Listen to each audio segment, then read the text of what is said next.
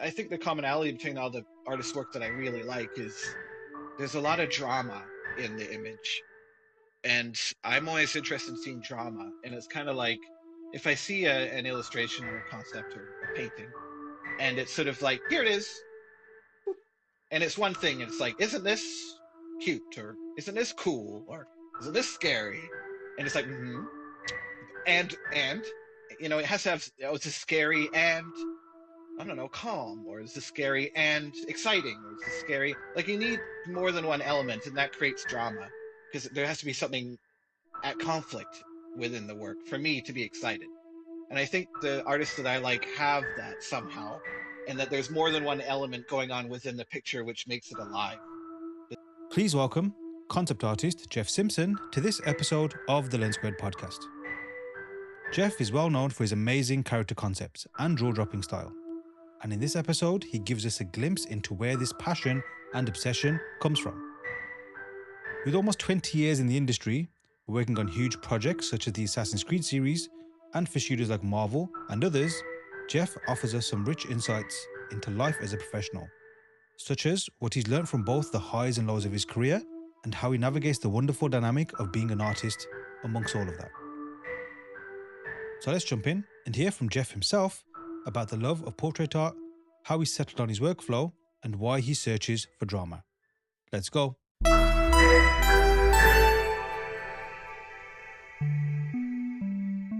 All right, let's go. Hey everyone, Right. Welcome back to the Lens Squared podcast, and delighted to welcome on the amazing Jeff Simpson. Welcome, sir. It's great to be here. I can't wait to discuss so many interesting things and reveal everything about myself to you and the Awesome. wider internet. Lovely. Before we get into like all the good stuff, do ask for an origin story, so to speak. But as I saw you at Concept 101, I didn't get to see you in person, but I saw your talk last year. So you were there? Yeah, one of the main reasons was because I didn't get a chance to chat to you then. Damn. Do it on the podcast as well. But with that said, so obviously you revealed a bit of yourself then. Are you quite an elusive person, or do you tend to like get yourself out there a little bit as well? No, I'm terminally online. No, I'm not elusive at all. I try not to be as vocal. I try not to say as many things, just because whenever Facebook or something, it's like, remember when you said this? You're like, oh God. Yeah. So like, I hate my yesterday self all the time. So I'm trying to say less things because it's always like, but no, I'm always online. I'm not. I wouldn't say I'm elusive. I don't really like do too many courses or stuff like that. So or interviews. I've done a few, but I don't know. I'm just trying to keep it normal. But of course, I'm a millennial and I'm online. Nothing nothing weird Fair enough. or anything. Same here. Yeah. So yeah, I'd love to dive a little bit more into that. But yeah, if you wouldn't mind Sure. just letting everybody know who you are and what you do, please. I'm Jeff Simpson. I'm a concept artist or viz dev artist, which I think sounds fancy, but I didn't even know what that meant until about 6 years ago. But mostly characters. But I'll do anything. I make JPEGs. Is my little joke that I get to say about myself when describing my job. But I'll make an OBJ if I'm feeling spicy. But no, I concept art mostly. Just like I said, mostly characters. But I'll try a proper background if I have to. About myself. I live in Vancouver, Canada. I lived in Montreal for about a decade, working for Ubisoft and Eidos and Square Enix and the big studios that were out there. I did a lot of Assassin's Creed games for about 7 years, non just back to back. And I think that's probably what I was most known for a while. I did film stuff on the weekends, Nice. tried to do as much as I could in my 20s when I had the energy. Now I'm sort of bouncing around doing freelance and contracts and stuff. Not as much in-house studios in Vancouver, unfortunately, so I have to contract a lot. Gosh, that's about it, really. Yeah. Cool. What else can I say? I'm from Vancouver originally. I went to Emily Carr Institute of Art and Design, although now it's a university. And I love Vancouver, so I moved back because I love the mountains and the sea, and it is one Nice. of the most expensive places to live in the world, unfortunately. But I bear through that so that I can be in a place that I love. Montreal was nice, but I missed Vancouver. Um, I guess I'm known for slightly weird or slightly esoteric stuff. For some reason, I get hired to do stuff that is not terribly weird, and Mm. they're like, "You'd be a good fit." I'm like, really? And so I do my thing, and everyone seems to say, "Oh, you can always tell when it's a thing I've done," Mm. which is not my intent. People just say, "Oh, that looks like your stuff." I'm like, "Oh, I don't know what that means," and so I'm always put on different kinds of projects. But I guess Assassin's Creed was people went, "Oh, this is the historical fantasy guy," and so I did a lot of Yeah. historical fantasy work for Marvel and stuff after that. But now, yeah, I just do whatever comes my way and look and seems interesting enough. Um, yeah, Oh. Um, a lot of avenues to jump into there mm, already, but one of the first ones I want to ask is like you described your work as like I guess esoteric and weird. Like, is that just yeah. something that you describe it, or is that how people have described it to you? I think about this a lot, um, and it's about failure. Um, I Interesting. try to be a good concept artist, and I looked for my whole life. I've looked at better illustrators than me, and concept art designers, and I try to do that work. But for whatever reason, maybe I'm stubborn. I am a Taurus. I think that means we're stubborn. I think I can't. I'm a poor learner. I am not sophisticated. I don't think I'm terribly intelligent. And so when I try to do stuff, it just comes out the way that I would do it with my limitations and everything. And so that's just how it is. Uh-huh. And I think there's a huge culture around, self improvement and learning as much as you can. And I agree, always good. But you are who you are, right? And I even in school, I did it. If I was interested in doing that homework, I'll do it. If I'm not, I won't, right? And I think that carried over into my art profession. If I'm interested in doing this way, it'll come out better. If I'm not, it won't. And there's only so many things I can do, Mm. or that I'm interested in doing, maybe. And so it just comes out looking the way that I would do it. And this is often not intentional. So when people say like, "Oh, I can tell you did that," sometimes I'm like, "Oh shoot, I was really trying to do it Interesting. like someone else to do it." And Yeah. whenever I see my work, especially now that I've had a few years, a couple decades in the industry, and I see other people kind of taking influences from me, it starts to feel really strange because it's like, "Oh, that looks like me," or "I've done work that looks like a caricature of me," and I don't like it. Mm. But maybe it's inescapable sometimes. Like I think the way you see your art changes over the decades, right? Mm. And so now I'm at a point where I'll do a piece and I'll be like, that looks too much like it's just Jeff doing Jeff. Mm. And I don't know if I like that or not, because then sometimes we'll say, "Oh, that's really cool." And like, yeah, it looks like your stuff, but more you. And I'm like, oh. So it's always a imbalance, and I'm not really sure how to react to it or how to. But what I'm trying to say is, I can't help it. No Mm. matter what I do, it's going to come out like me, for better or worse. But there's a lot of artists that I respect that will say, like Mike Mignola, the Hellboy and stuff. It looks this way because I can't draw this or Yeah. that, or Yeah. I'm better at this, so I'm just going to do it, like whatever. And then we go, "Oh, this is excellent. This is a style."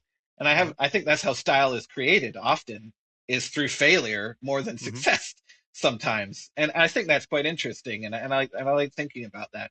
Not that you should sort of pigeonhole yourself or like, Sure. you always be open to new things, of course. But it's a strange feeling to have to be recognized for a style when you're Mm-hmm. not intentionally doing it sometimes. I just taught a class with underpaint, and it's my first class I've really done, and I had to think about this a lot. Like, Mm. what is my style and what am I thinking? And it's the first time I really had to break it down and look at my influences and things like that. And Mm-hmm. it was very interesting. I don't know if a lot of people do it until they're forced to for teaching Mm. stuff like that. But to answer your question, which I've already forgotten, It's um, okay. I think I have to. yeah, I don't know. What was the question? No, but like, so it's basically like, I guess you're starting like how Hmm, your work is described. It's a bit of a loaded question because it's hmm, something that I think about a lot as well, and hmm, just one of the things I'm very curious about because maybe it's a blessing when you do have, like you mentioned, like artists that you look up to, because it's Mm, easier. You could say, like, when you have a yeah. reference point to look up Oh to, yes. when maybe Hmm. you are at the top and thinking, all I've got is just blank space in front of me, and how to be inspired. Obviously, Sure. I'll never I know what that wouldn't. problem feels like, but I'm sure some I would. people would do. I don't want to say I'm at the top of anything. That's Yeah. for sure. But it's funny because I always loved the British guys, Rob Bliss and Dermot Power Mm, and Adam Brockbank, all these guys in the UK who've done stuff for like Harry Potter and stuff like that. But they all came from, or most of them came from 2000 AD comics, Magic cards from the 90s, and they were friends with Simon Bisley. And you can see this lineage of their work. These British comic guys, Phil Hale is probably in there somewhere as well. And I got to meet. I'm very lucky. I get to meet all my heroes, and I've met most of them. And I'll always be like, I'll pull out a magic card I really liked from the 90s. I'm like, what the hell? I was talking to Rob Bliss. I was like, what is this? Like, what is this style? Like, it's insane. And he's a very humble guy. He's like, oh, just trying to do Bisley. And I'm like, oh, okay. And then you look at Bisley, and you're like, I see, but it's got your own like, I same with Dermot Power State. It's got its own thing to it. And then they were like, well, Bisley was our guy. We're just trying to do Bisley. And I was telling them like, you guys are my Bisley now. And yeah, they're like, yeah, oh. And so you see people and you learn from them and you do your own stank on it. And maybe unintentionally, you're just trying to be them. And oops, you end up being something yeah. Hmm. else. And we can't help it. That's how that's how humans are. We're going to see something. Mm, You're going to say, how can I make it more this or more that? Or you'll try to do it and you'll fail yeah, and you'll end up with your own thing. And that's fine too. So it's all just influence really at the end of the day. yeah. Um, but I think the commonality between all the artist work that I really like is there's a lot of drama in the image, and Uh, I'm always interested in seeing drama. And it's kind of mm-hmm, like if I see an illustration or a concept or a painting, and it's sort of like here it is, and it's one thing, and it's like, isn't this cute or isn't this cool or isn't this mm, scary? And it's like, and it has to have it's a scary and I don't know, calm, or is this scary and exciting, or is this scary? Like you need more than one element, and that creates drama because yeah. there has to be something at conflict within the work for me to be excited. And I think the artists that I like have that somehow, and that there's more than one element going on within the picture, which makes it alive. Does that Mm, make any sense? And I think yeah, that's what I'm totally. always looking for. But it's hard to obviously, I'm going to look at something I like. I don't know, a stormtrooper design and be like, "Where's the drama?" I'm like, I don't know, but like you have to sort of put this narrative onto it for yourself to be interested, or it's a way for you to think about why you like it, right? It's just to add a Mm, storytelling element to it. Not that storytelling has to be a narrative like beginning, sure. middle, end, but Yeah. there's an emotional story being Yes. told, which excites me, whatever it is. But if it's just one thing, like here's a portrait of someone and they're aren't they buff? Like and like, what does that mean? Like, are they proud of that? Is that good? Is that bad? Is there a conflict about? So that's, I think, what I look for in art, and hopefully my art has that as well. But who's to say? Well, I will say something to that. So Mm, there's one input to that that actually explains so much. Like mm, when you mentioned the word drama, that almost connected so many dots when I look at your work.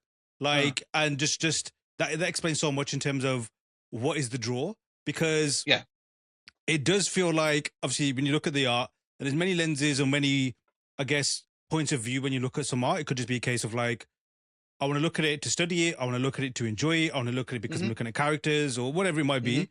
But there's something about yours where it's like, it makes you look at it a bit more. And sometimes it kind of looks back at you. mm, And yeah, when you mentioned the word drama, that obviously makes sense. Like there's more mm, than just this is a portrait or this is a character or this is an image. right, Assess it. It's more like, yeah, why am I still looking at this? yeah, And to give an example, is it Ghostbusters 2 or 1 where they got that portrait on yeah, the thing is just constantly staring at you? It's sure, like yeah, of course, I was yeah, looking at one of your pieces, I'm thinking, is this yeah, thing staring at me? And like obviously, yeah, I'm being exaggerating a little bit, but there is I'm not sure, looking at the artistry anymore. I'm trying to figure out yeah, what it is. So yeah. when did you kind of like hone in on that? Like, are you aware of that yourself? Or is that just something you're still trying to like hunt for? I that little speech I gave was because I was doing the class recently, and that Yeah. kind of helped me solidify my feelings on it. Looking Okay. around, I really liked these books behind me are fake, but I do have Yeah. books behind me. I really like portraiture. Um, um, and I always think that, like you said with the painting, obviously there's direct ways to have that impression. Like, is it looking at me? Then obviously you do a Sure. person looking at you, but you want to find ways to do that that are less expected, or maybe just through color, or maybe just through light. And I think when you look at portraiture, you of course have to look at art history, and I'm a big fan of those. And it's sort of like when you're doing a portrait of somebody, it's not just you and them, right? There's audiences. There's the person Hmm. who's going to look at the painting. There's maybe the client commissioning the painting. What do they want to say about this person? What does the Yeah. person you're painting want to say about themselves? What do you think about the person? And so there's all these relationships going on. And I want to show that there's not one truth to it. It's dynamic, and you can choose Mm. different ways to see it. Ultimately, you want to show that this thing has a soul. And it could be a person, it could be a cat, it can be a book, it can be a car. But how do you show that this isn't just an image, that this is a thing? Um, I mean, how do you do that? Indeed. Hmm. But there are tricks, like you said, eye contact, lighting. You can bring something like chiaroscuro, like something from the darkness becomes illuminated. Like that was the whole, Caravaggio and Rembrandt, is Yeah. that the light coming in from the darkness is maybe God giving life to something as it's emerging. How do you translate that to a painting? Quite literally, from the darkness coming in. Hmm. And that adds a drama to us because it feeds on our lizard brain of something in the darkness. So Hmm. there's all these tricks really to make yourself believe that what you're looking at is a thing that has a soul or has an emotion, and you have to respect it, whether you like it or hate it, right? You have to, this thing has value as a being Hmm. or as an object. I'm getting really heady now. No, no, this is But good. yeah, Keep going. I learned this because I love portraiture, and it's when you listen to people talk about portraiture, or you know um, read about artists who do it, there's a lot of really interesting emotional weight going on, which I feel for concept art we don't really. A lot of us don't really care too much about it because we're all fucked up about production or Yes. efficiency and all these horrible things, really, that really get in the way of good art sometimes. And we don't let ourselves think about this because it's so difficult to explain or Hmm. rationalize for a production, say. But I'm at my heart, I want to be a portrait artist. Really, it's just that I like to design things as well. But my Yeah. soul is definitely there. I want to depict something and I want to give it a soul. Um, I hate to sound very heady, but it's true. I think about this stuff a lot. But yeah, I think portraiture and art history really made me try to think more about what I was doing, and how to get people drawn into it. Because that's, at the end of the day, that's what we're trying to do. We're trying to draw people in, Mm. even if it's something that doesn't matter. And how have I mean, we've been doing art for 10,000 years, 40,000 years possibly, on the wall, on cave walls. Hmm. Everyone has created a way to get you interested in art before, Yes. and Yes. it's invaluable to look at the past and how did other people do it. Is that going to still work? Probably. It depends on the cultural context, of course, but like there's things you can learn from what we've been doing already, and I think that's incredibly interesting to do, and you'll learn something, and if you bring something timeless into your work, then you're golden, right? It's going to help a lot. Yeah. Sick. When did your love of portraiture begin? Like, is that something that you knew early on, or was that something that kind of emerged throughout your journey? um Let me just grab some books. My parents, luckily, my parents are artists, and Nice. not professionally, but they, what do you call it? My dad is a project manager, but he drew a lot. He loved to Right. draw. He's very talented. He should have gone into art, but he felt. My mother was always painting. So luckily, my parents live in the UK, and they go to London. They go to the Tate Modern. They go to the Portrait Gallery. They go to all these. They're Yeah. big culture vultures. So they always, you know, that was always when I was younger. Art was always available to me on the bookshelf, or they would Right. talk about it, or we'd go see art. And so I was like, okay, this is going to influence me. Less so than, not to sound pretentious, I didn't really have comic books and anime and manga or even video games when I was very young. And so I didn't really have a lot of art to consume. Um, I only had art history books as a kid.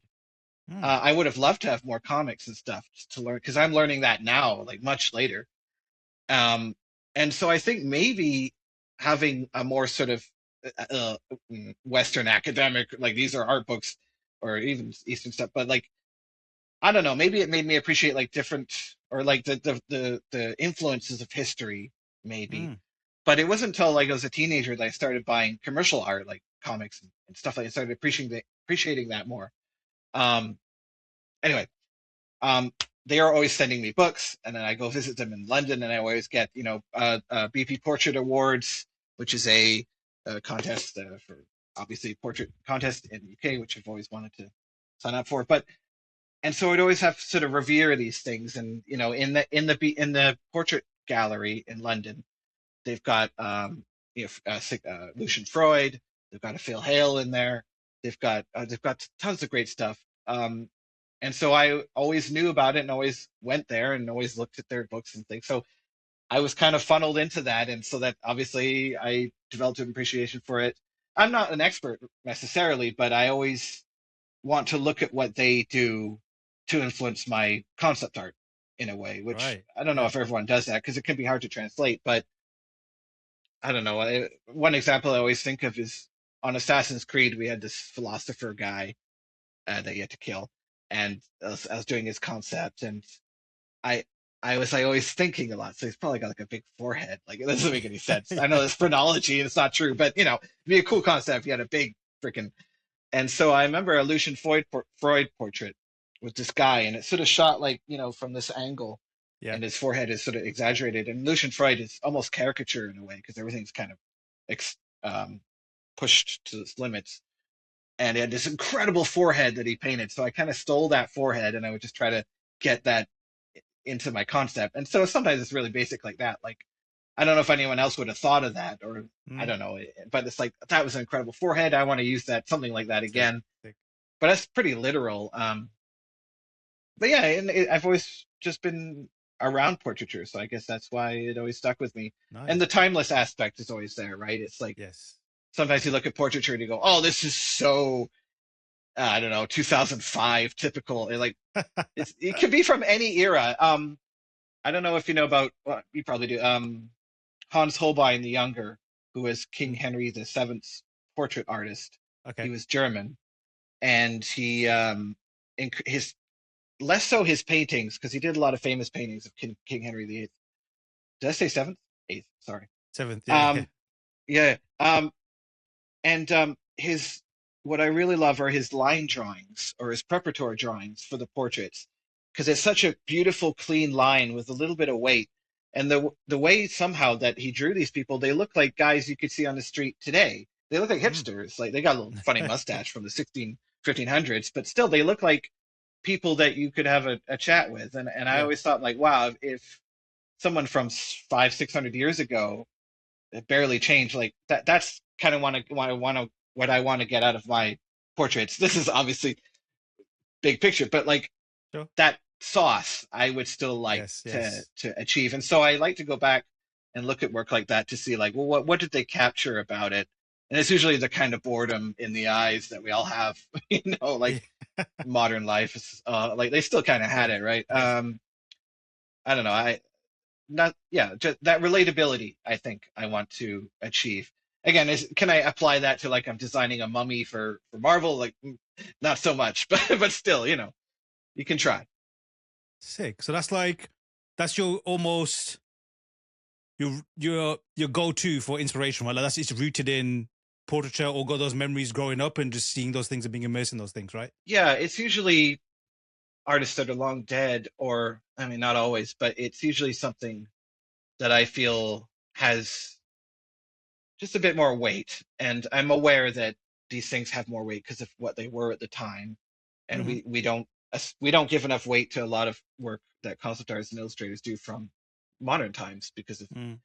how society is structured and so forth. But it's usually older artists, not always, but I think that's kind Sure. of what I saw earlier, and they stuck with me at the right time, and so I think that's what I go to. Sick. Is that because stuff that you've seen since has not been good enough, or is it more? It was quite like was it an imprinting kind of thing, and it's Yeah. just like, yeah, it just always made sense, and it's been so good. Obviously, it's a great reference, so it's a case of why would you need anything else? Yeah, I mean, new stuff, of course. I mean, we have more talented artists than ever, and Mm, uh, just because of how the world is now, and the technologies, and the education, and the skills, and the competition is ridiculous. yeah.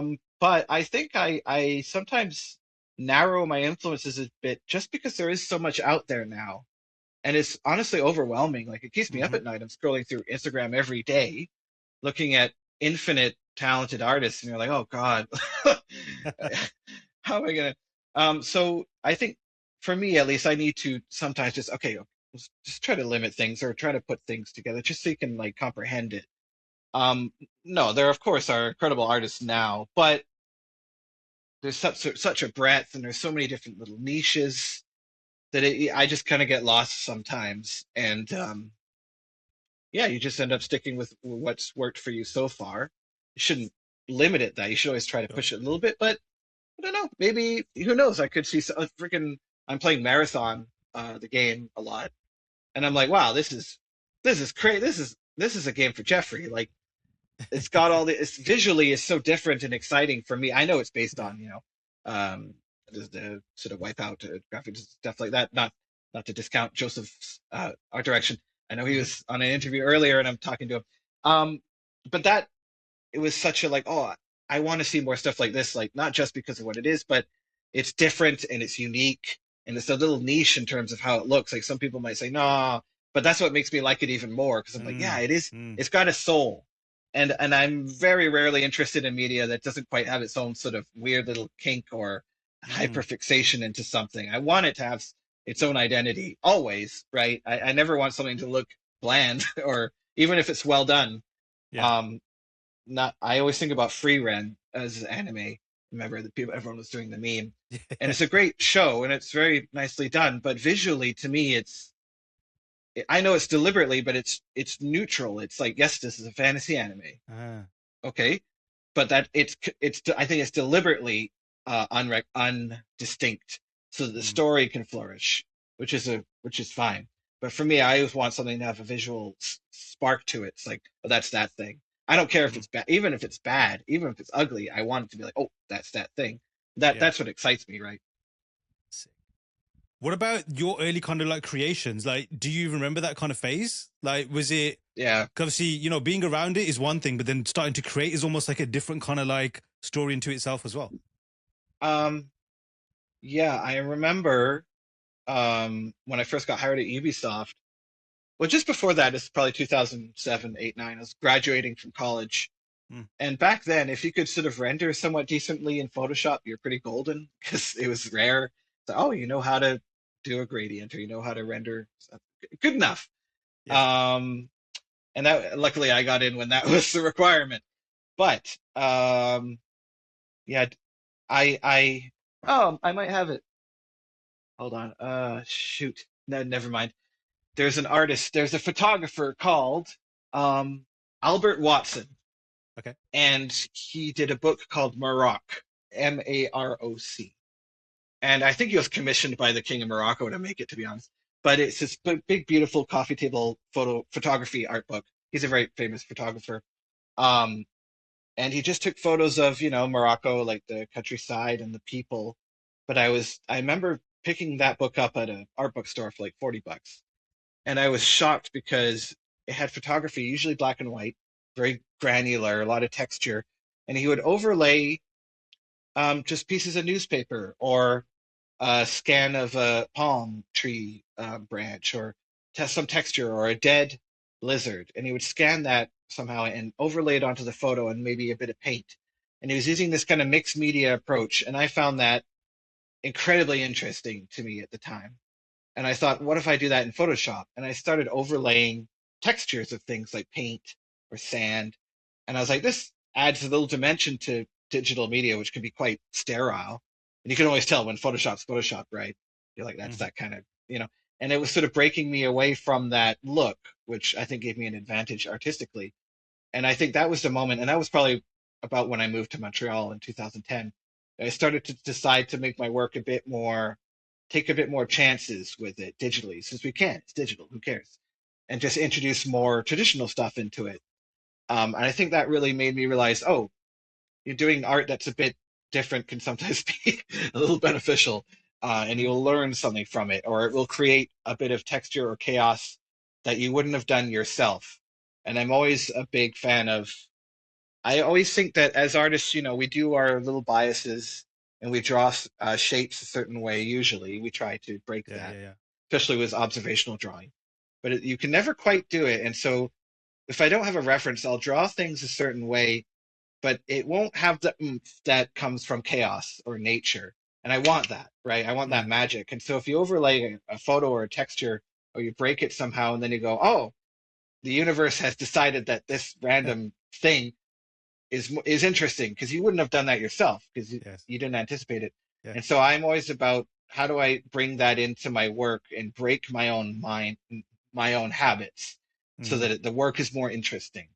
And I also find that I'm doing more 3D sculpting now, but when I'm doing 3D, because of the way the programs are, everything's quite lumpy, everything's quite it's squished and Yeah. blobby, and that's not always a very dynamic shape.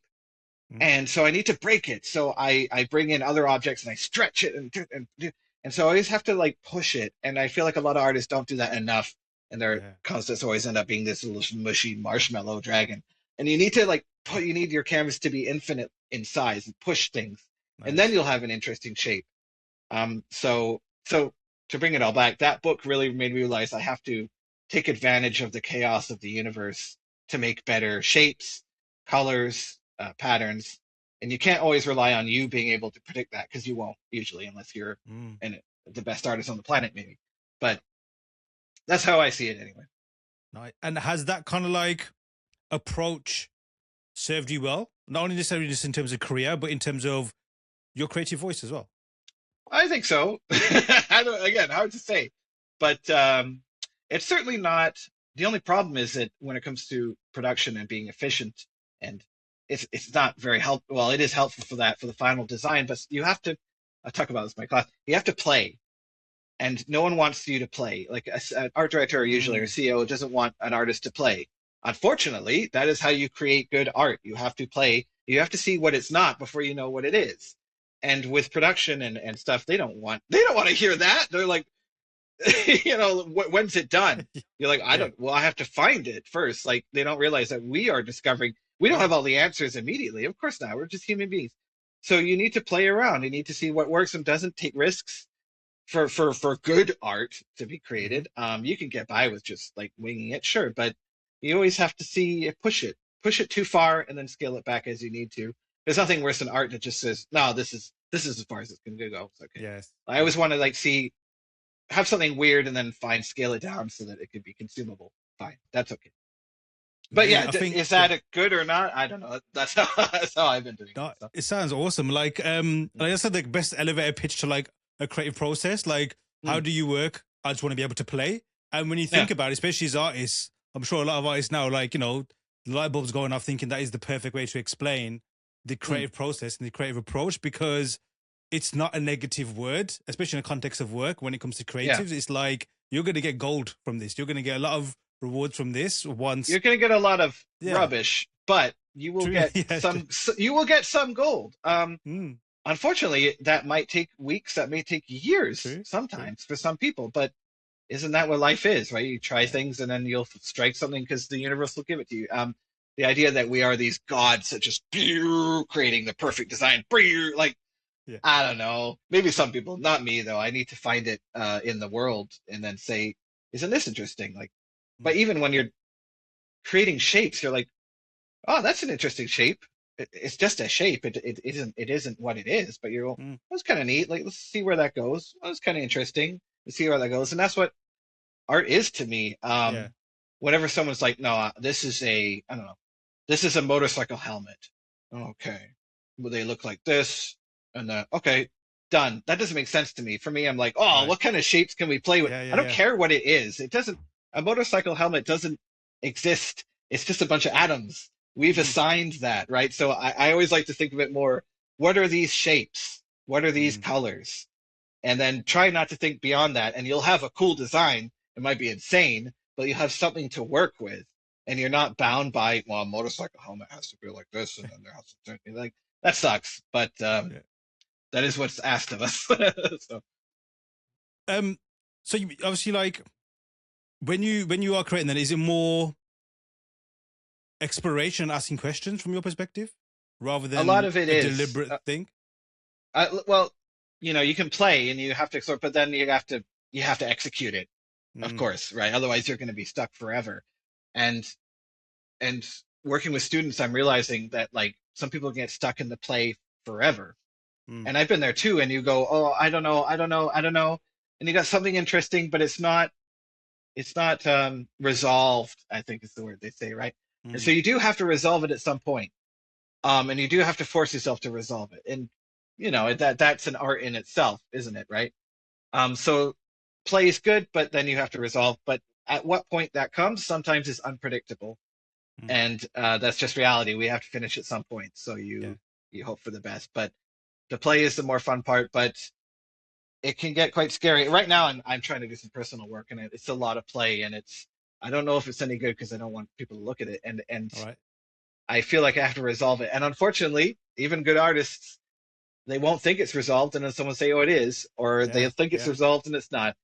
Again, this is really bad for companies to listen to because, but like this is art. Like, sorry, like sometimes something it's hard to like put the final stamp on something, and sometimes it works out, sometimes it doesn't, and that's just the way it is to be creative, Mm. I suppose. What's your relationship with during the play phase? Like, Hmm. coming to a resolution. Like, is there a different Hmm. kind of side to the brain tap into, and you can get stuff done, or is it like a child being told you got to come back inside now, tidy up your toys, and like, no, I don't want to. Yeah, it's a little bit like that, but playing, we're always very like we want things to be big and we want very high, and then I always find that if I just zero in on something, it's like actually that's plenty interesting on its own. You Mm, go, oh, you're right. And so that's kind of how I bring it down sometimes. Um, is that you find what are the two best parts of this image, and then define those. That's kind of what I do. Is yeah, I'll find the parts that are interesting, and then I want everything else to support those things, like physically sometimes. And it's like, oh, I really like the shoulder and the knee. Like those are two mm, interesting points. I don't know, but say those are the interesting eyes of the duck, if you will. You say, okay, how does the hand, how does the chest support those interesting elements? Leading the eye is a way you could say it, although that's a bit controversial now because I think someone said that the eye. Anyway, but you want to find a few things. Everything else has to support those things. I don't want infinite interesting things. I don't want no interesting things. There has to be a nice balance between what is a exciting point and what is a restful point. And you mm, can apply that to design too. Like I look at a lot of robot designs, and it's just noise. And it's like wow, wow, tech, tech, tech, tech. mm. And it's Yeah. like for me, a good design has a balance, or it's like what is the so I'm going to say, okay, David Lynch is always talking about the film director, the eye of the duck. And he talks about it with film and how the eye of the duck is a scene that is the most important scene, and all the other scenes are there to support it. So if you look at a duck, I know this is bullshit, but you look at a duck and the eye is where it should be. If the eye was on the foot, it would be lost because there's too many noisy little details. If it was on feathers, it'd be lost because too many colors and lines going on. But it's right on the eye, right on the head where it should be, and it feels correct. And so applying that to painting and concept art and design, where is the eye, quote unquote, of the duck on this concept?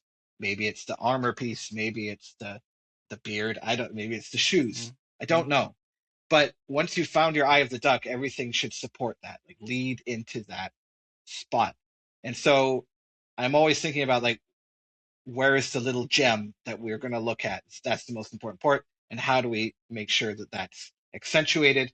Or if narratively you want to put some storytelling, how do you break it? Or how do you add some, uncomfortableness to it?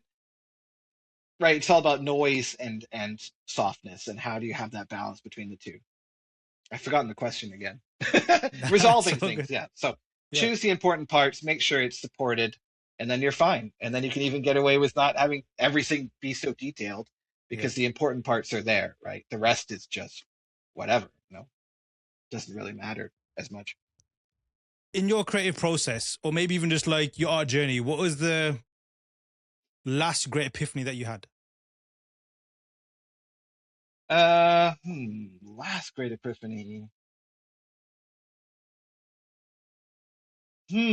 That's good. I know there is one, but I'm forgetting what it is. So it couldn't have been That's, that good. I and don't how know. long Like, yeah, ago like was I it said, even? recently, because like I said, Okay. during the classes earlier this year, I had to think a lot. I think it was drama because I didn't have a word for it, Okay. and I found that word drama. I forget how.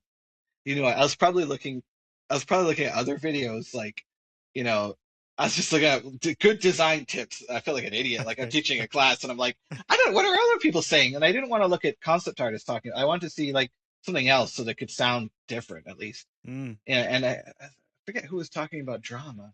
I stole this from somewhere, but I don't remember where. okay. So if anyone in the comments is like, I think you took it from here, it's like, yeah, for sure. Okay. But I Fair don't enough. remember. But it was drama, and I'm like, yes, I want drama in the image.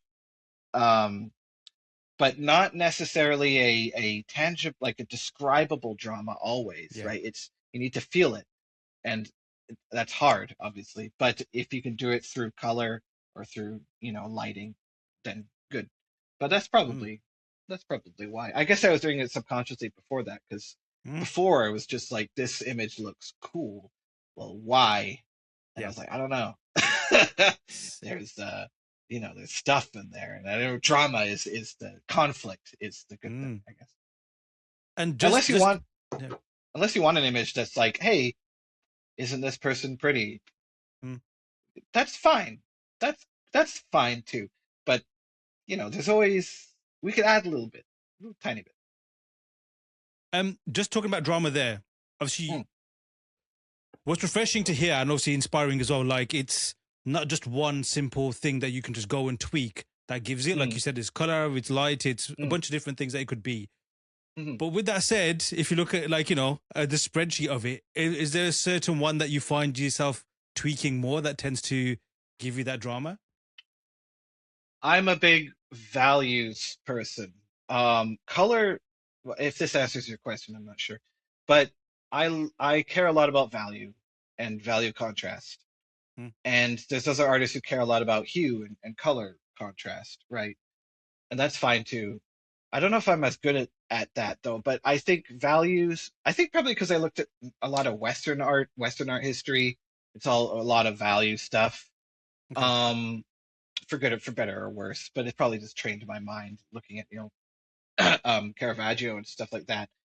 And it's very much about seeing forms or mm, depicting forms honestly, in a way that, oh, this is a round form. Let's really make it round. This is Mm, flat. Let's make sure that that's flat. This is angular. Let's really let them know this is angular. So it's about being honest with the forms. Of course, honest. I mean, it's all an illusion, isn't it? But mm, appreciating form and depth and value is the easiest way to do that, right? You can do it with hue, but it's a yeah. little tricky for me anyway, from my cultural background, I suppose. And so what was the question again? Just just give it to me again. What was it? Like yeah, of all the things that you tend to tweak Yes, to get yes, drama, like obviously value is the yes. one, right? I think so. Someone who's more academic than me could probably let me know. But value, yeah, I put a lot of emphasis on that. How close is it to you? How far is it from you? And what is the relationship between those objects, right? And what's coming out at you and what's going away from you can tell a story, can create drama, say. And so I'm very interested in that. Color, I realize color doesn't matter to me. It's almost Mm, irrelevant what that color hue is because of digital, or this is my medium. This is what I know best. You can add color whenever the hell you want. You can mm, change it whenever you want. It doesn't really matter. You're going to get some artifacts if you push it too far one way or the other, but that looks cool. Little artifacts in digital. The mm, breaking of Photoshop is always where it looks coolest. And so color to me always came after. Um, Not in the sense that I'll do a black and white image and then add color.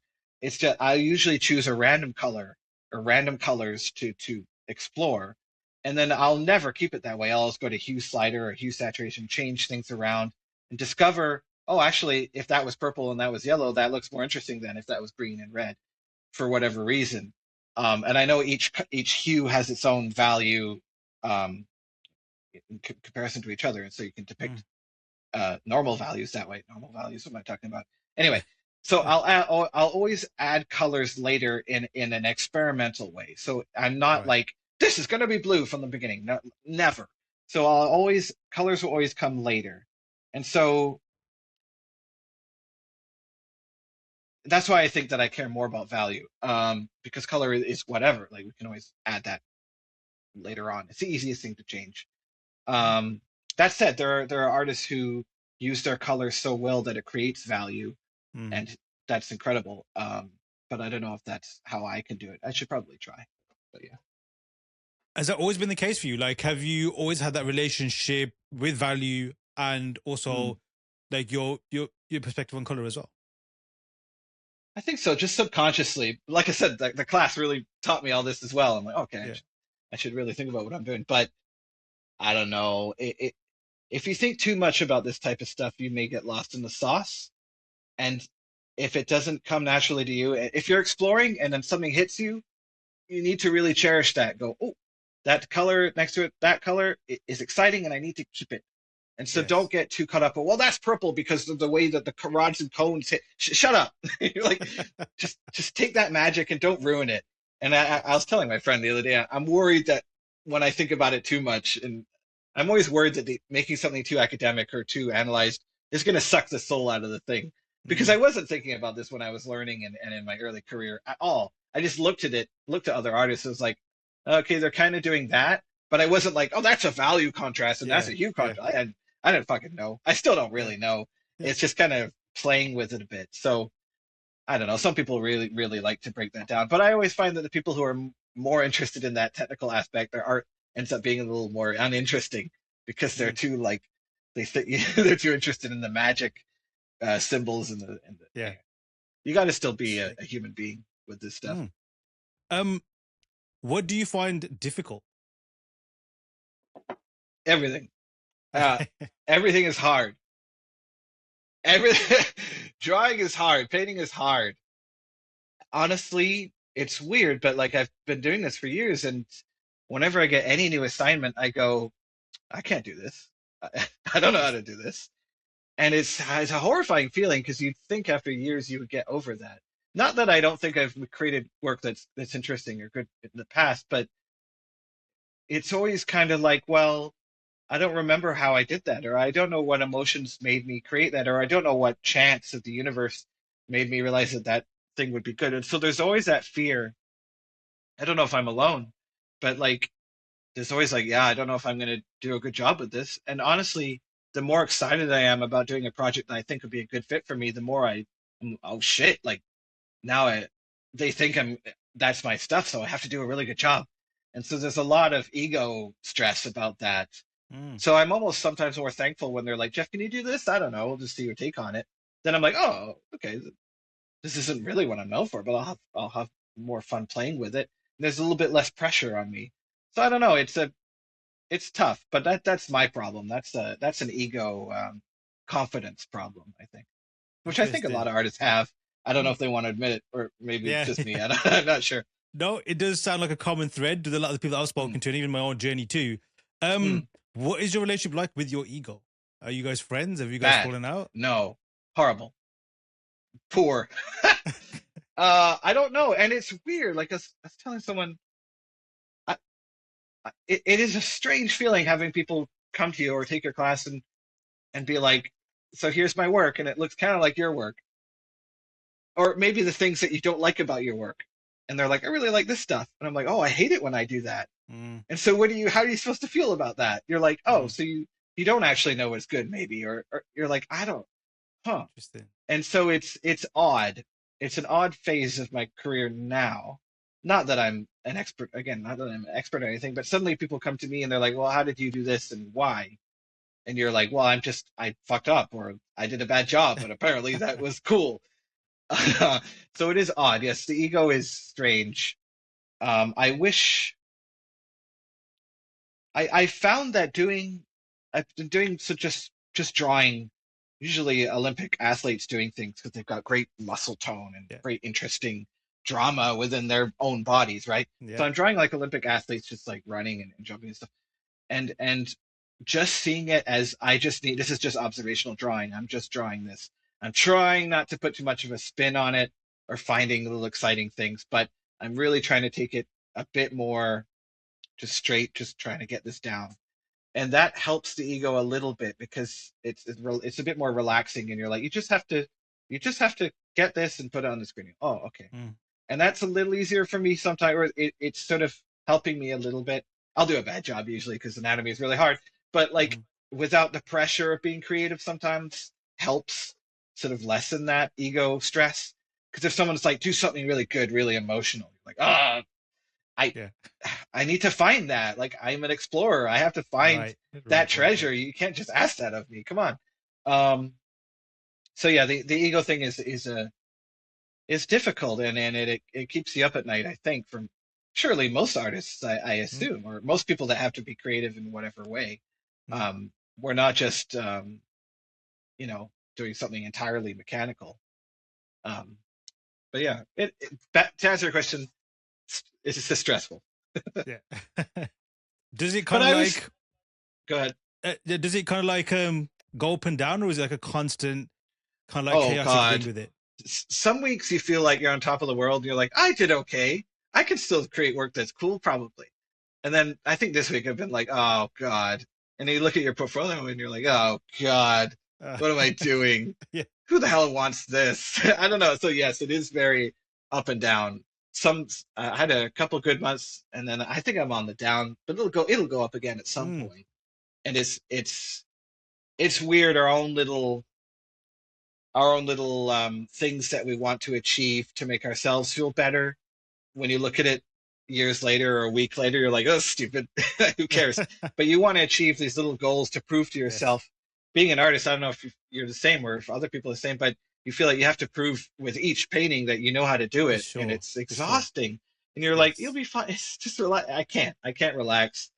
I'll burn out at some point, but the eternal struggle. But that's always how it's been, and No, of course. will continue to be probably. So, yeah. Yeah. I think there's definitely like probably over 100% of the listeners that'll Mm. be agreeing to that kind of like Oh, good. way of like explaining the process and stuff. And yeah, Yeah, like you yeah, said, like, there's times when you're later thinking, yes, this is amazing. Then yeah. the same body of work, you look at it and it's a completely different kind of Yeah, perspective. it isn't it a nightmare that we're not even able to judge our own work ever. Like Yes. it's in flux. And that's frustrating, but it's also quite interesting that Hmm. nothing is your opinion will change every day, every week. Like if I ever meet an artist and they're like, my work's perfect and everything I've done is really good, I'm gonna think they might be a sociopath or something because I'm Yeah. like, there's Yeah. no way. What are you Yeah. talking about? But maybe they exist, and we should strive for that. But overconfidence is a useful tool, but it's hard to maintain for too much time, I think. Mm. So you mentioned like this week or recently, Mm. you're not having a good outlook on your work, or it's not feeling like that. Do you know Uh, why that is, or do you know like because it was on a high, it's just the result of when you're on a high? yeah, it was in high. I was doing the course, and it was like learning stuff about myself a little bit, and Hmm. it was feeling good. I was talking to other students. I was like, okay, cool.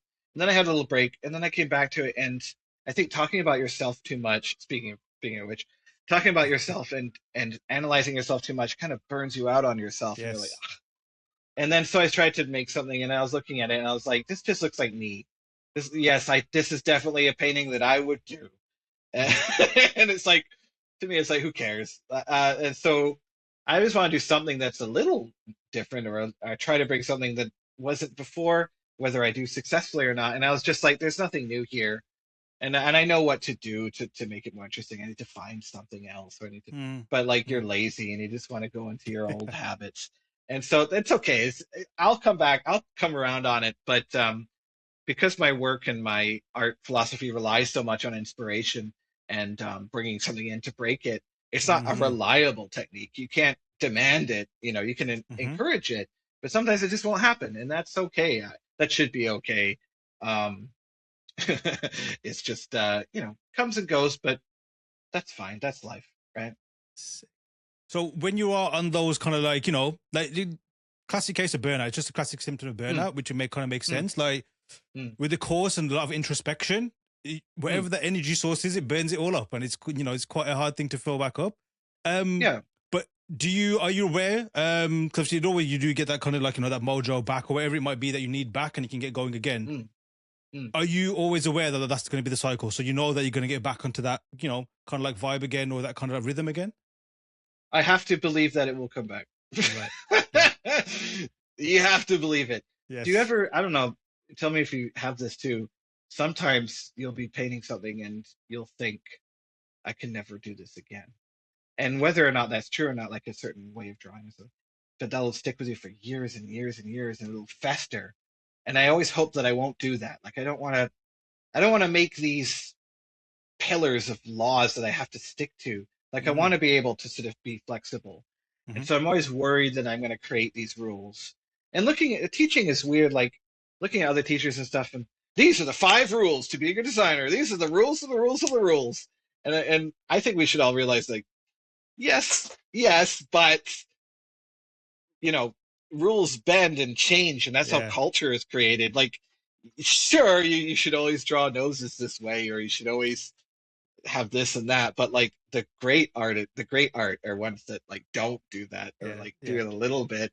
And not all amazing artists are adhering to the rule. And I know it's good to learn that way by having these things in mind, but I think we should all know that, listen, we're we just want to make it a good image sometimes, and we have to Yeah. break things That's it. here and there, and that's okay. Obviously, don't do it all the time, but I hate to be the person to say always create this way. Of course, that's not true. There's so many different styles. It's what image do you want to make? What is the emotion you want to convey? And what are the ways to help show that? And that's all that Mm. should matter at the end of the day. Um, but it's tricky. Like you said, is there anything you're not good at? I'm like, yes, everything in art is hard. Yeah. Yeah. There's nothing where I'm like, I got that, no problem. Everything is Yeah. hard. So as long as you realize that, I think you'll be okay. Mm. Don't stress too much about it.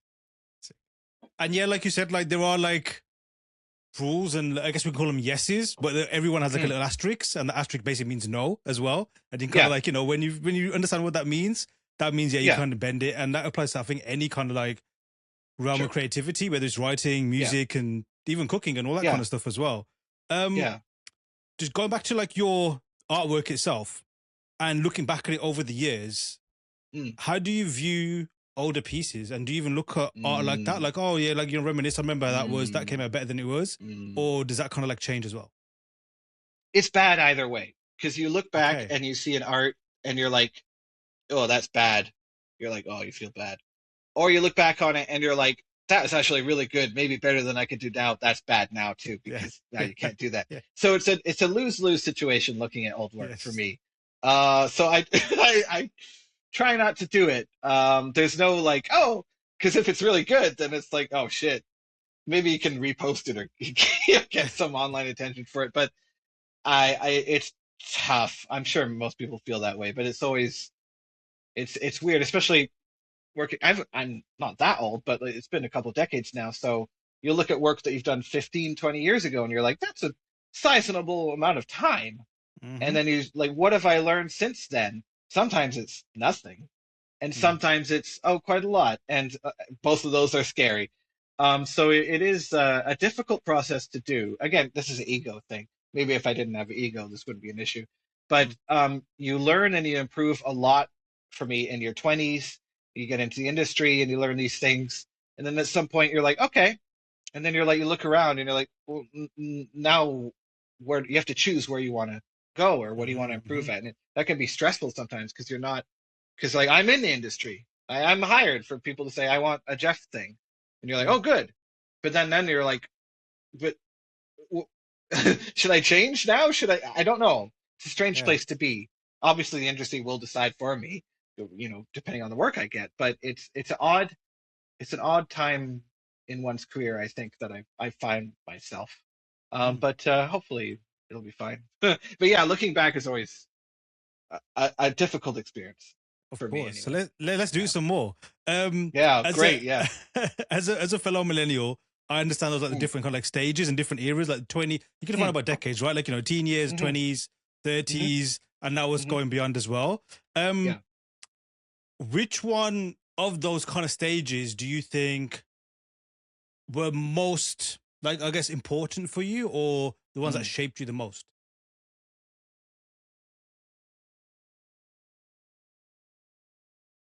Hmm. They're all important. Mm, Um, because like yeah, looking back on some of the work, I remember feeling really bad about doing it, and I was like, this isn't very good. But then looking at it now, you look at it in the context of where you were, and you're like, no, it was good because it was weird and it was pushing things that you're too afraid to do now. So yeah, what was the most important part? I think when I found, obviously, is the easy answer. When you're between 19 and 25, you're going to be influenced heavily by things, and then maybe things later on you'll be less influenced by because you found a rhythm. Well, maybe you found a rhythm, right? mm-hmm. And so it's harder to be influenced by other stuff because now you're like, well, this has been working for me. I better not fuck around with it too Yeah, much.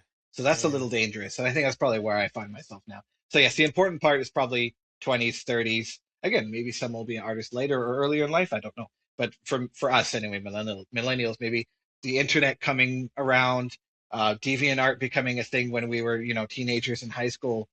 That was crazy because it was like, wow, like I can see anyone's art from around the world and yeah, I can compare myself to their level of skill. Yikes. So the world opened up to us and we were like, okay. And I didn't really care about digital art before deviant art. I was just doing colored pencils. And then uh-huh. in late high school someone's like, this is deviant art, you can look at anything. You're like, wow. And so then I was like, okay, I guess Photoshop looks kind of cool. I'll give that a try.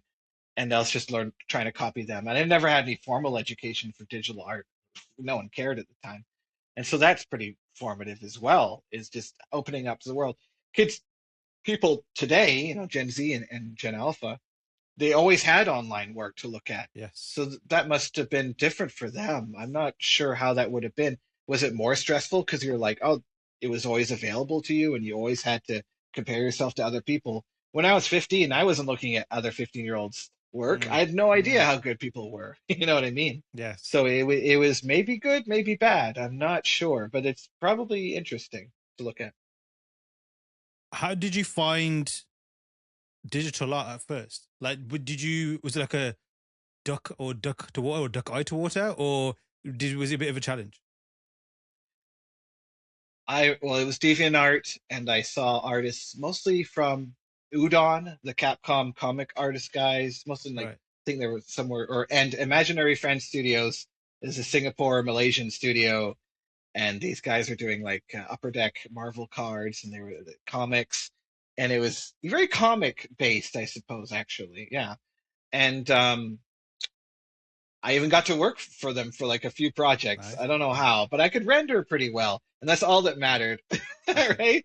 I wasn't thinking about value contrast or anything. I still not really, but um, and I remember I got to work with. I was 18 years old, and I got to do some coloring for what's his name, Stanley Artgerm, Stanley Mm, Leo, and he was like, oh, we need some commissions for our Marvel Upper Deck collectible, and I did some. I was super young. I was super nervous and I should look at them, see if I did a good job or not. I'm not entirely sure. And then he gave me some feedback, and I don't think I ever got paid, to be honest. okay. But years ago, whatever.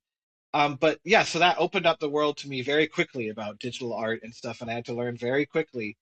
But like I said, the only thing I learned, oh, that's right, Bobby Chu was doing YouTube videos in 2008,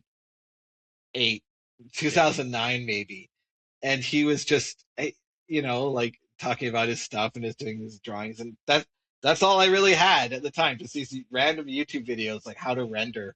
And honestly, I don't render that much differently from that time. It's I usually work from dark and Mm, then add light. That's about it. Like it's not always the way to do it, but it's kind of the simplest way I know how. Like I said, you're just pulling something towards you, so you're adding light to bring it in. But surprisingly, it's effective enough, and usually is good enough to do the job. Um, but yeah, that's how I learned, and that's how digital art was introduced to me. Mm. I got a Wacom. I went to college. I went to Emily Carr. 2003 was foundation year for me. I got a Wacom tablet in 2004, a Mm. Graphire 3, I believe it was called, and I just got the brush. Initially, I didn't know what pen pressure was, and that was interesting. I was like, oh, that's right, pen pressure. Okay, now I can Yeah. paint a little better, and that was it. Really, like it was pretty simple. I think I Nice. wasn't learning anything to it. I still don't use custom brushes really. I still use the hard brush, hard round, soft round, and square is about all I still use. Nice. So simple tools for me helps me create the way I want it to look. Mm. Too many tools kind of freaks me out because I'm learning ZBrush. They're like, oh, there's 8 different ways you can do this. I'm like, please don't give me 8 different ways. Give me Yeah. one way Yeah. because I want to just, you know what I mean? I don't want to. I don't want to spend my time fighting programs to create work. I want Mm. to just get it out the way that feels natural to me. So I'm quite a bit of a dinosaur in that way, and that just let me do it. I don't care if it's a difficult way. Just let me do it the one way Yes. that feels more organic. And I know everyone gets off on, oh, you just but like, please, I just want to make. I don't enjoy the computer. I don't enjoy Interesting. programs. I don't enjoy fighting. I don't like looking at a car and thinking about how the engine works. To be honest, I don't care. I want to get from A to B, Yeah. and so that's the for me creative process. This is I'm not interested in the nitty gritty of how it's done. I should be. I know to be a good one, but But I guess not necessarily. I mean, if it's working for you, then that's all that matters, right? But you kind of yeah. answered my next question. Mm, And like again, with millennials, we saw, like not literally the birth of internet. I'm pretty much sure that was already mm, existing before we were pretty much born. But when mhm. it came to, worldwide access, we were there, Yeah, and even yeah, digital tools as well. Like yeah, we grew up with analog and traditional mediums yep, before it yep, became digital.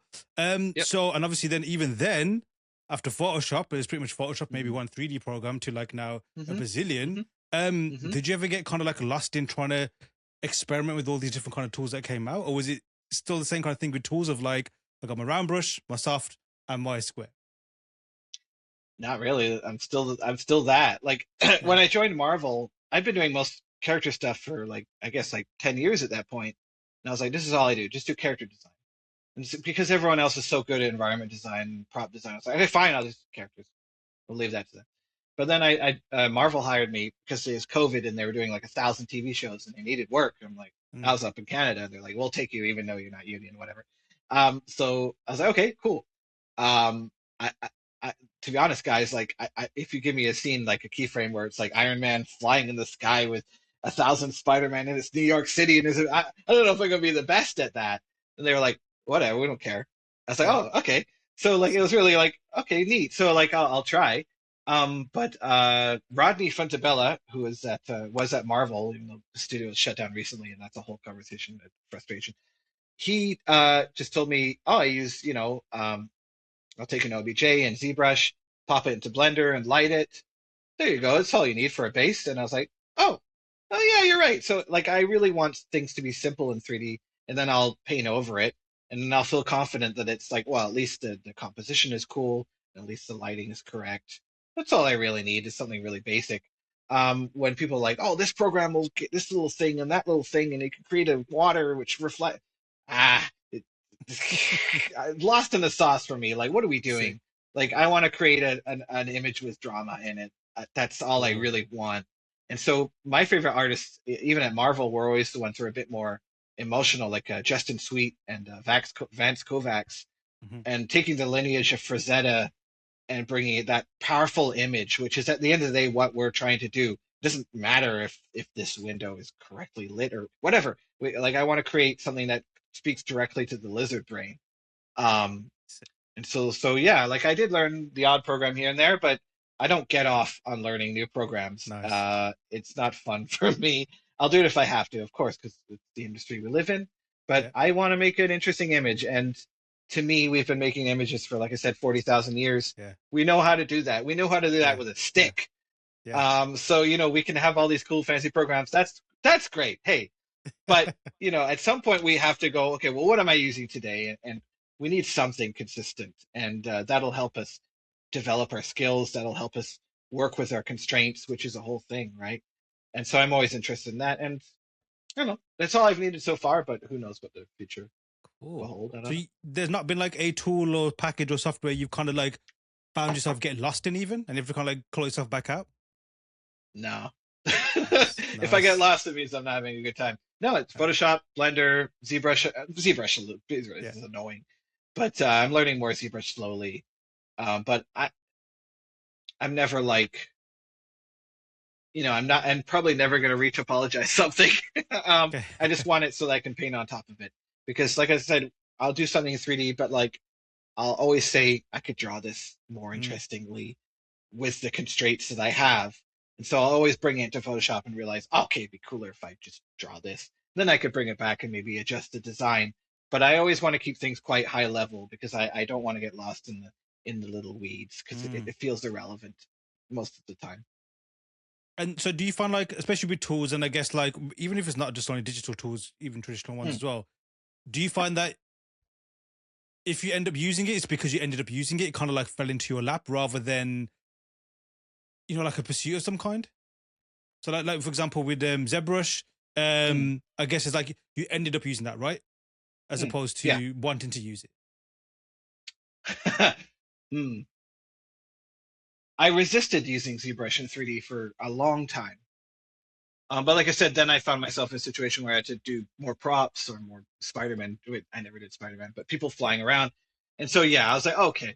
So for to get this done, I could have done it without it. Thinking back, I don't know if I needed it to be honest, but I Mm, felt as more of a just for security's sake, I better mock this up in 3D just so it looks, more sophisticated. But that's the weird thing is that the more tools I learn, I don't think my designs get better. If anything, I think my designs get worse the more tools I'm using because it's getting in the way. It's not letting me see the image as it see the design in a more pure sense. And when I'm just doing 2D, I'm limited to maybe like a front, back, or three quarter. But in that way, I feel like the design will look better just mm, because it's simplified and I'm not as stressed about every angle. I think if something looks good on a certain amount of angles, it will look good in most angles, right? mm, So it's weird. I have a weird relationship with programs that, especially 3D programs, because then they'll feel the design. I see a lot of artists that only design, well, mostly design in 3D, mhm, and I don't like their designs at all. mm, But they're in 3D, and so you show a producer, check it out. Look, you put lighting on, it looks real, right? But the design itself is dog shit, but because it's polished, the shit looks good. And I don't think a lot of us realize that. But I'm a little aware of it sometimes. It's like we're being tricked. So like looks cool, right? Well, it doesn't look cool because you made a cool design. It looks cool because it's being lit properly. And it's like, mm. oh. Ew. So I think we always need to be aware of what is a good design visually. Certainly, if you need a design for a mechanical piece that you something else, but visually as a piece of art, is that a good design?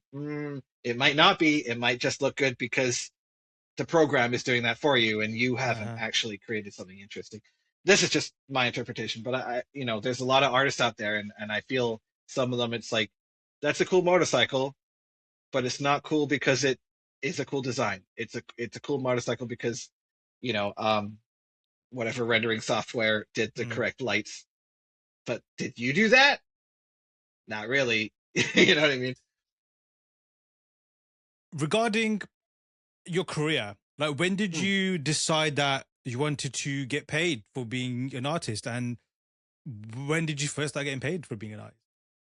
Oh, geez. uh, so okay, so I didn't know what the hell I would be doing in art, but it was all I knew. It's still all I Mm-hmm. know. I'm not good at anything else. I was pretty good at Counter-Strike for like a year. That's it. Um, yeah, I think my first gig was pretty early. Like I went to college, I went to MLCAR, I came out and I was offered a job at a small game studio when I graduated, the month I graduated. I guess I would have been 20 or 21, pretty young. Um, and it was this tiny video game studio on Granville Island here in Vancouver, right next to the college I graduated from, called Big Sandwich Games. and Hmm. we did little 3DS games, little 3DS racing games. Don't know if it even came out. And we did a lot of some outsourcing. They did outsourcing for Knights of the Old Republic at the time for BioWare. I never got to work on that though. I was probably too inexperienced. Um, but from that studio, a lot of people went off to do cool things. I think Darkest Dungeon, Tyler Sigmund came out of there from back in the day. Anyway, so right off the bat, I got a job amazingly in the industry. It was a small studio, but it was still a studio, so that was nice. That was cool. I never really had any like years of like, oh, what am I gonna do? How am I gonna do this right away? Um, so I was very lucky and fortunate in that, and so it's never really been. I just went from that studio and kept going up and up and up. Um, the my big break into AAA was because I put my work on DeviantArt, and Pascal Blanchet, who's an art director, 3D guy who's been known for years and years, saw it online. He said we should get this guy in Ubisoft, and they saw it and they moved me to Ubisoft, and that was it. So nothing really complicated or crazy for me. It was Nice. just the path, and I like I said, I rendered somewhat decently, and in 2010 that was enough to get you a concept job. So yeah. Did it feel daunting, like getting into the industry? Or is it just like you said, somewhere you just found yourself doing?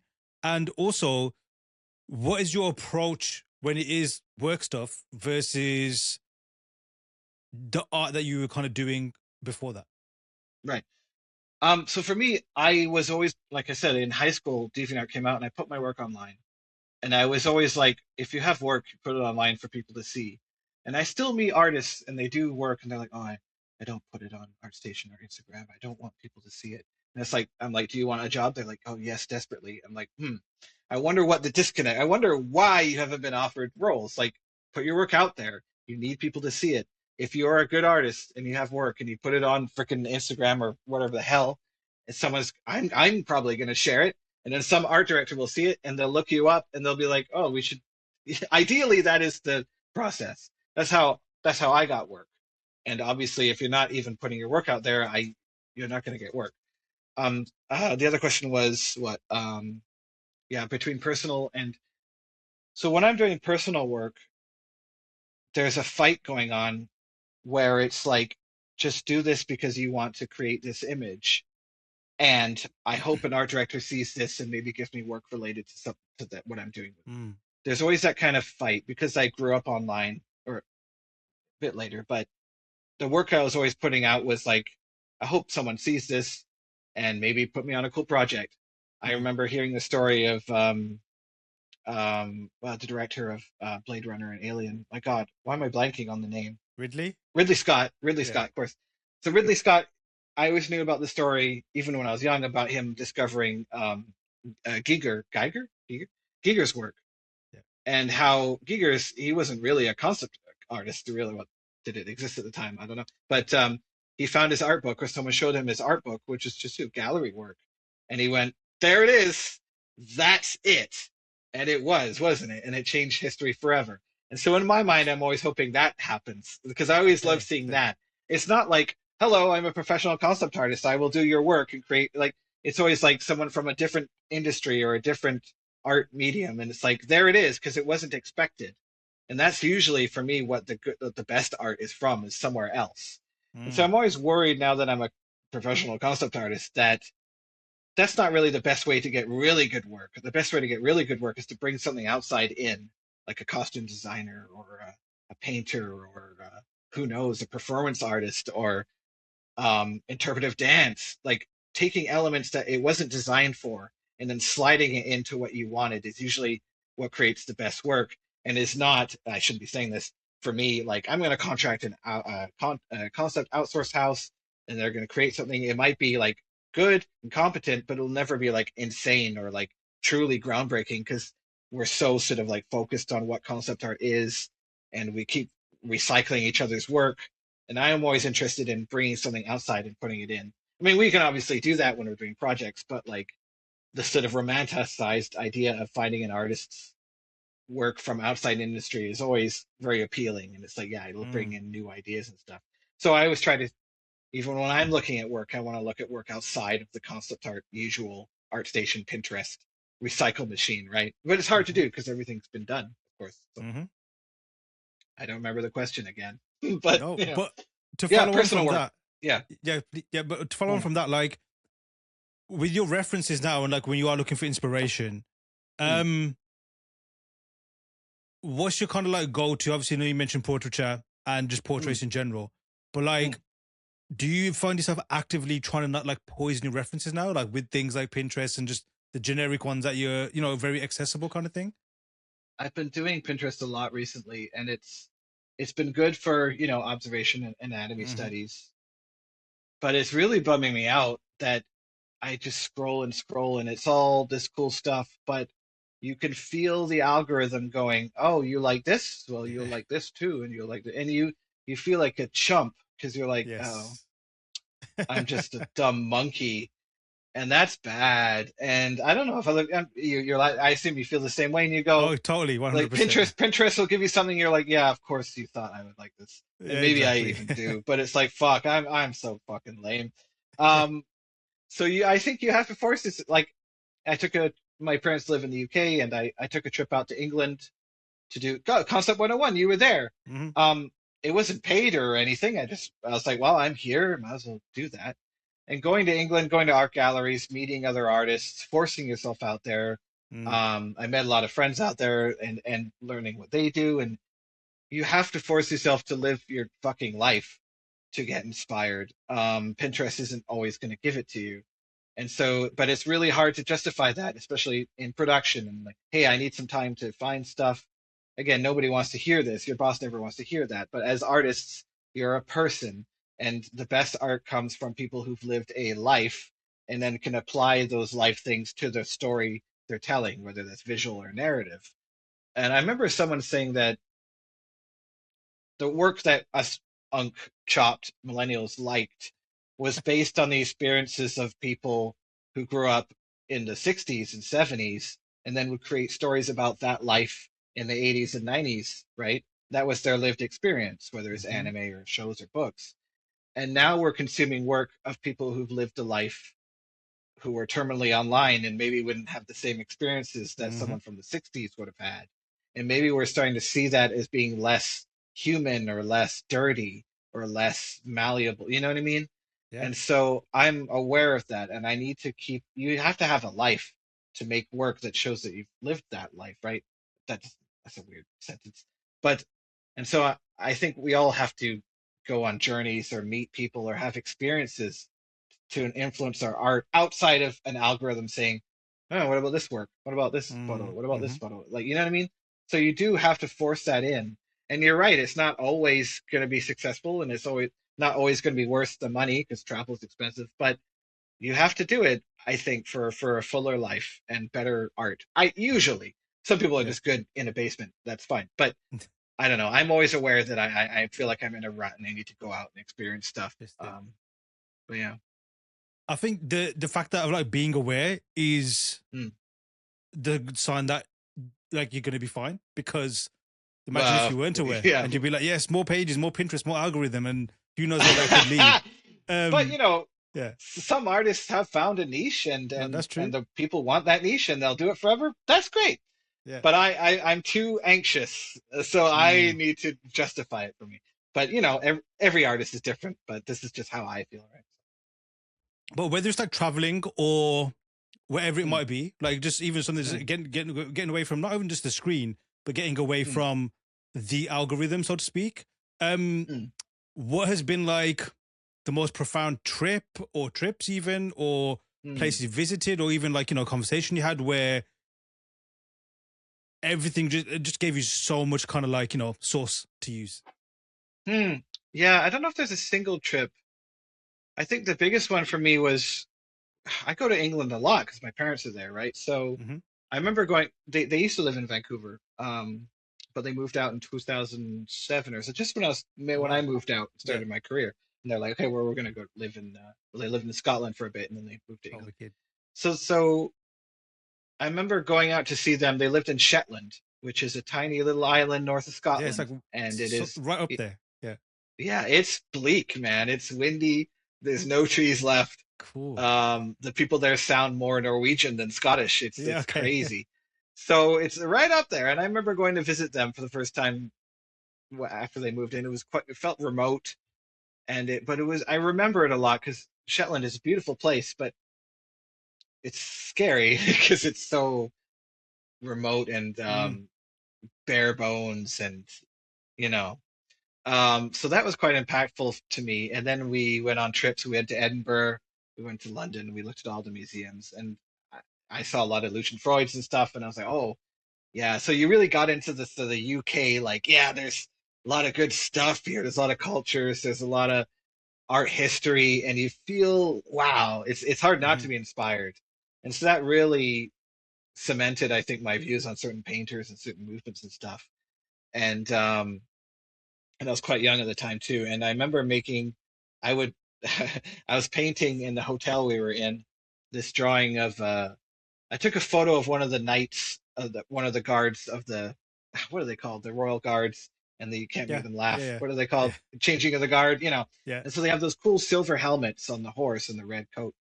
And I took a photo of one of them, and then later that night when we were in the hotel, like I decided to do a reference painting or painting based on it, and it was called kudu, and I gave it eyes of like a deer, a kudu deer, because I was really inspired by like the mix of obviously colonialism. They took all that work, but the mix of cultures and the mix of art, and I was like, I want to do something that sort of has a blend of all that together.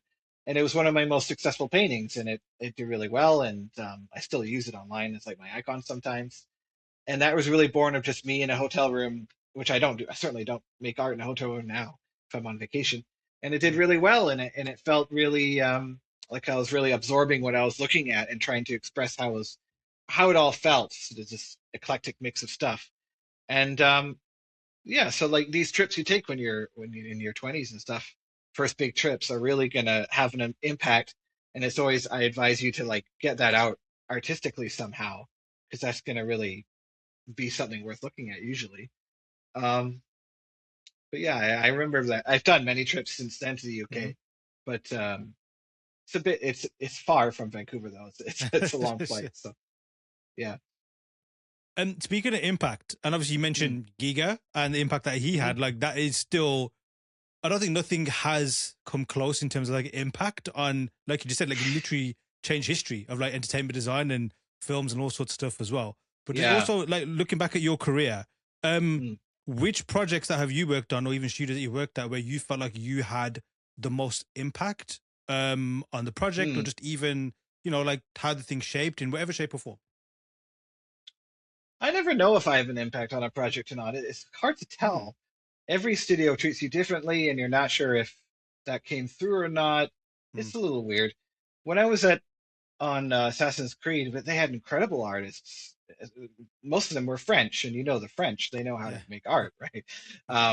Some were Quebecois and some were from Paris that went through, but it's Montreal, so a lot of good French artists. Not that Anglophone artists aren't good. Anyway, um, but I learned a lot from them. And then when it came to the Egyptian one, Assassin's Creed Origins, I had a very good art director, Raphael Lacoste, and his influences were Orientalist paintings from the late 1800s, early 1900s, where people got so good at painting by then that they were depicting light in such an incredibly nuanced way, in a believable way, in a realistic way, and they were just is Orientalism, so it's a little heightened, and that's problematic on its own. But the way they would draw the textures and the tiles and the vases and the hookah pipes or whatever, it's so beautiful. And we Hmm. were using that as sort of like an influence. Where our materials should look that beautiful and should look that exciting and colorful and beautiful. And so that affected the way I was doing the characters as well, and kind of subconsciously sometimes, both trying to learn how to depict materials in that certain way and the lighting, and I think that kind of came through a little bit. Um, but it's hard to tell because open world games, there's so much, nothing is too refined. What else? Um, I think the Snow White and the Huntsman films, which I did when I was like 22 at the time, Hmm. just doing it on the weekends. I don't know if I had an effect on how that film looked or not. I like to think I did, but I was just a kid. I'm not entirely sure, but I was looking at the films. I'm like, yeah, it's quite beautiful. The same kind of colors I would use and stuff. But I mean, shoot, Justin Sweet was working on those films too, so that probably had more of an effect. Yeah, more recently, I don't know. There's some NDA stuff that might have my style come through more effectively because we have better technology now, but I haven't seen it yet finished, so I'm not sure. Um, the Marvel stuff, probably not, but Marvel, I loved working for because they let you play. They let you see, well, let's play around a bit because you're pitching to the directors and the writers. And you're like, would this be cool? Hey, this would Mm-hmm. be cool. Wouldn't this be cool? Or they'll give us like a little blurb and we'll spin off from that. And I really love doing that. Like, let's take a shot in the dark. Let's see if this will work. Usually it won't work out, but like, even if just a little bit of it comes through, is always exciting to see, right? So unfortunately, I don't know if I have a huge impact on because I work for a lot of big budget stuff, and big budget stuff doesn't usually isn't able to take Mm. one artist's thing and run with it just because of how the product is made and the amount of pressure and the amount of hierarchy involved. That it's very rare that one artist's work will have the because they don't really want to Mm-hmm. give the artist too much power, That's true. right? Yeah. Um, so it's a little tricky there. Um, I'd love to do more indie stuff to see if I could get away with that more and Mm. if they'll give me more, but I know that's a tricky in its own right. So unfortunately, yes, I am drawn to big budget stuff because they pay really well and they're happy to have me and they don't mind letting me play around because they have the budget. So that's cool. But yes, you're not going to have I feel like a concept artist work end up in the final project as much as I would like it to be Mm. because you have to have an art director and director and stuff like that. But that's the nature of the beast, right? And they still need people to at least try to pitch something interesting. That's still super important, right? So I'm happy And to do that. what about in reverse? Which ones would you say have Hmm. left a lasting impact on you, or almost shaped you as you are, as maybe a Mm. person and an artist as well? Assassin's Creed definitely because man, like learning about cultures and learning about how cultures depicted those cultures. Like I was saying about the Mm. Orientalists, those guys weren't from Turkey or Morocco. Those are white guys from England or French Mm. guys usually, right? And it was like how they saw that work, which has got its own issues, right? Mm. Still, their technical prowess was good. Maybe their interpretation of it not. But Yeah. still, like realizing we have history and we have people depicting history much later. And so how are they depicting it correctly? That's always interesting. Learning about the cultures themselves was interesting, and probably affected me in terms of how I depict the art a little bit. Like I'm always interested to do a project that's based on a certain culture at a certain time, and the sort of you sometimes can't just directly depict it because it might look a little boring compared to Mm. modern eyes, right? So how far can you push it or not? Um, so yeah, learning history in general is always going to change how you're going to depict your art because you'll pick up new tools. How did they depict these things? That's always going to be super interesting to me. Mm. Yeah. And you mentioned about the kind of like journey you went on, and like discoveries you made about yourself Mm, when you were teaching. Like, talk to me a bit mm. about that. Like, what was it like building that and also teaching students as well? Is that something that you had done before? I'd never really done it before. I'd done the odd workshop, but this is like a 8-week class. It was painful. I won't lie. To set up. And weirdly, I thought it would be easier to do paint overs because usually when I'm at a workshop and someone show me portfolio, I'll be like, okay, this I would change, that I would change.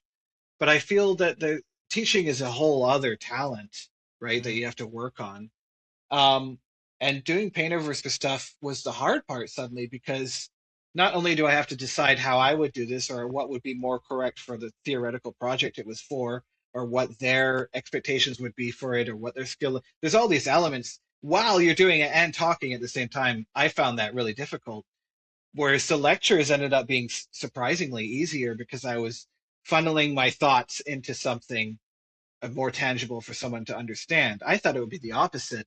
I thought doing paint overs would come very naturally and you just kind of do it. But maybe that's more about the sort of performance aspect of it, like it's being recorded and it's not a one-on-one physically, and it's through screens and you can't quite hear them and stuff like that. So there's all those other elements Mm. that I was learning about.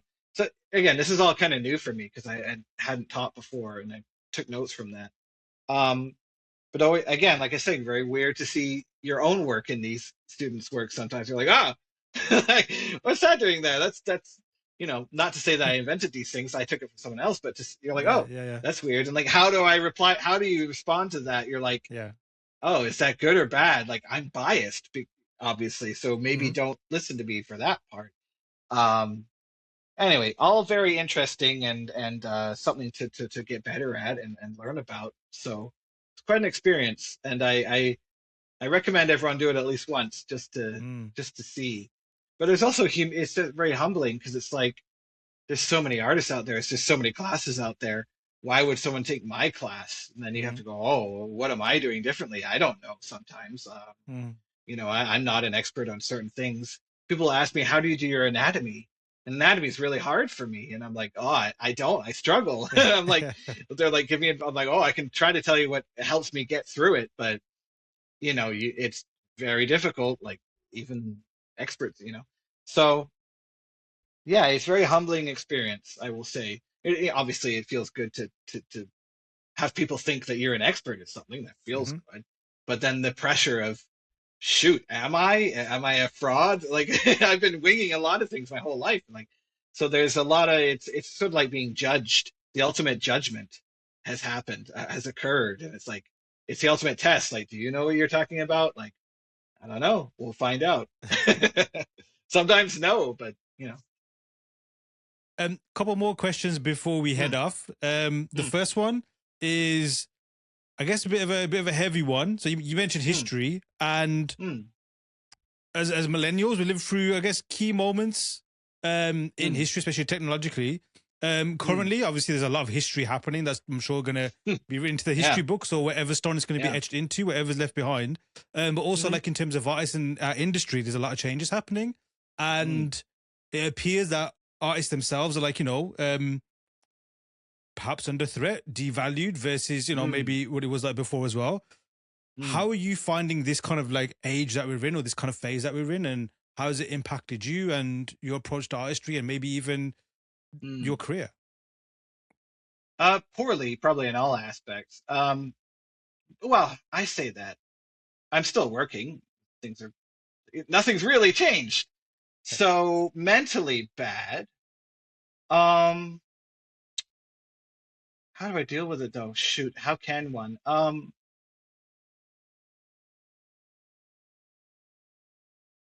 I don't really know how to do anything else. And so I still do it, and I'm still doing what I would do even if these things weren't happening, to be honest. Mm-hmm. And it's been okay. And so I think keeping calm is the first thing that I suggest, or try to keep calm. Um, Nobody knows what's going to happen in the future. I know everyone likes to think they do, and they will ask people to ask them because that is their business of doing that, obviously. But I have very little faith in people's ability to know what's going to happen in 5, 10 years about anything. Especially, well, when it comes to things like technology and social issues and things like that. And so, obviously, if somebody knew, then that that person would be seen as a divinity of some kind, and that's not reality. So we don't know what's going to happen with life, but art will have to be made, and we enjoy making art, and those are true for the last 40,000 years. So I don't see that changing overnight. But what scares me is industry, and Mm. production and industry are big, scary, horrible things, and we need to learn to deal with them, but they are evils in my mind. When it comes to creating art that is honest and true and worth making, is that we've never been valued as creators. I don't think visual artists. It's always been a lesser, right? That's not new. That's been true since forever. Um, I'll try to talk to people, in-law families and stuff. And like, what do you do? I'm a concept artist. And I'm like, I don't understand. And I'm like, I draw a thing, and then they model the thing, or they turn it into something else. And they go, I don't understand. And I go, I draw with the pencil a thing, and they go, like it's incredible how unaware most people are of what art, or Yes. especially concept art. It's like, how, so I'm always curious. So I'm like, how do you think Spider-Man was created or exists, Yeah. or even this cup? How do you think that came into being? Like, tell me. And they don't know, no idea. And it's like, I see. So the average person doesn't even understand how, how process of art becomes a product. So that's a concern, and that hasn't changed, right? So in some way, nothing has changed really. It's just been accelerated. And so again, I don't have an answer, but I try to keep calm and do what I do, and it's Mm. been okay so far. Um, and I don't really know how to zig and zag. I'm just trying to do what I do best and enjoy doing it. And shoot, that's my only advice really. Um, yeah, I don't know. No, makes sense. Um, what can we look forward to you in the near future, or maybe your personal stuff or stuff that you got coming up, or maybe you want to promote? And also, last question: any final words or thoughts from yourself to the listeners before we head out? Coming up for me, I mean, I worked on a bunch of projects last year, and they're NDA'd, but I would like to see they'll probably come out within the next year or two. God, that's vague. You know how the industry is. You work on something and then like, see you in 5 years when the thing gets Yeah. shipped. You know what I mean? There's stuff coming down the pipe that I'd like to see, and I get to claim that I had a small part in. That's always fun. Um, Personal stuff, same as usual for me. I'm just having fun. I should get back on my Patreon and do more teaching and stuff. I don't know, but Mhm. we always say these things. To answer, I don't have anything to promote. I should, but hey. And sorry, what was the final question? Final thoughts or words from yourself to the listeners? Where's myself to this? Go out there. Do things that you think would be fun, but might not be of instant monetary value. You got to live a life. You got to meet people. You have to have experiences. You have to look at art that is outside your realm, or try to enjoy something that other people enjoy, but you don't quite understand. Give it a shot. Just at least try to understand why they like it.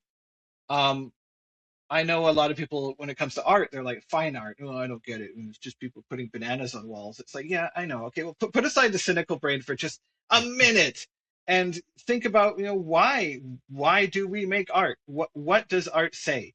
What does art say about you? What does art say about society? That is, it's a reaction. All art is a reaction to what we consume, right?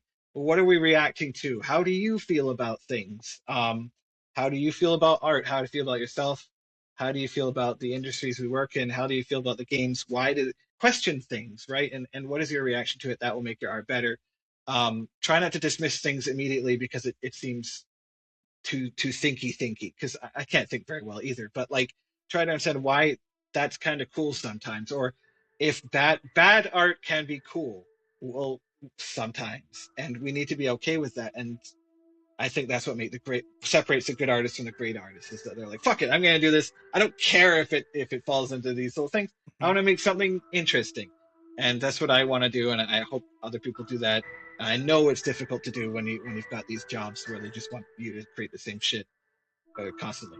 Um, yeah, go out there, experiment, explore, but don't beat yourself up if it doesn't produce anything, because it still will create a memory, and that's all we really have at the end of the day. So yeah, that was Awesome. convoluted, but No, perfect.